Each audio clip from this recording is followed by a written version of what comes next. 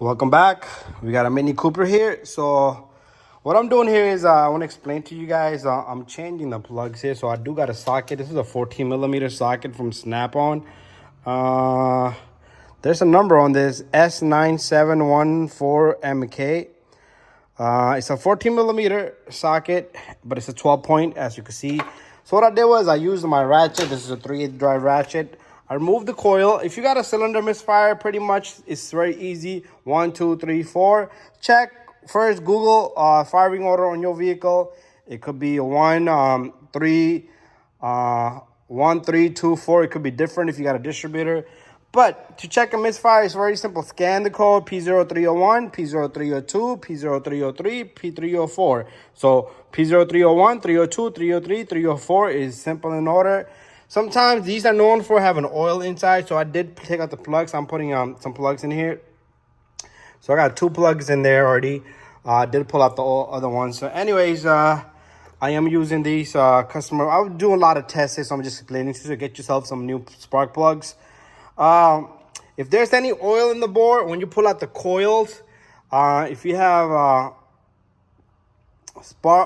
oil in the plugs or the coil, that means you got a valve cover gasket leak. You need to replace that. That could cause a misfire. Bad plugs or bad coil can give you a misfire. So I'm going to show you how to put everything back together. So pretty much, you want to put this plugs, make sure the gapping is good. You want to take your plug slowly, just insert it in there and leave it in there. You don't want to just throw it in there because the tip will close. So what we're going to do, I want to grab all the threads on this baby. And then once they're in, lock up the plug. So that's the part you're not going to see because got my camera over here held in my hand. Here's another one. So I want to catch all the threads on this. You do want to catch all the threads. So see the plugs are sitting properly, and you want to turn till they bottoms out. Another thing is match your new plugs with the old plugs. I want to show you here how to match that. So you see the length of the plug? If your plug is half the size of this, if this tip is here, that means you can't put a long plug, okay? You just want to put it, compare it right next to it, the same length from here to here. Because if you put a longer spark plug and it's supposed to be a shorter plug, you're going to damage the engine. So I'm going to get this last one. And then usually misfire will be caused by the coil. So to replace the coil, you don't have to replace them all. I would do the plugs anyway. So what I'm going to do is I'm going to lock up these plugs and then we'll put the coils in. So there you go. We got all the coils in. we got all the plugs in. They're nice and tight. You want to do it by hand. If you got a ratchet, if you got a torque wrench, see what I'm doing? I'm doing wrong. You need to put leverage. You need to use both hands. Hold it straight and tighten them. You don't want to go crazy. You don't want to damage the cylinder threading either. Okay, so I'm going to show you to put these coils in. I'm going to show you the reverse procedure as well. So you take these coils, you just line it to the bottom here. Once it sits center straight, you just push down on it, and you take your connector, push all the way, and this connector will hold in place. Take this second one, you're going to go all the way in, and there you go.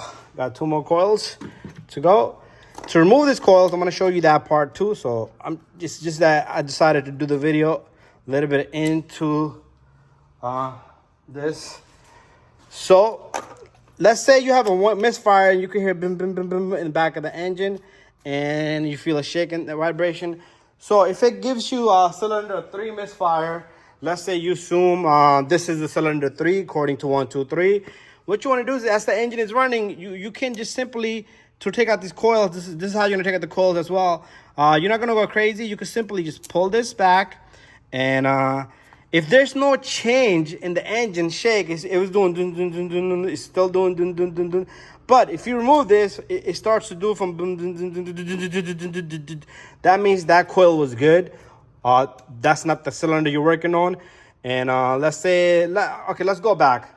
You want to check, let's say this wasn't the misfire. The engine is doing dun, dun, dun, dun, dun. As soon as you disconnect this, the engine will start to do the same thing.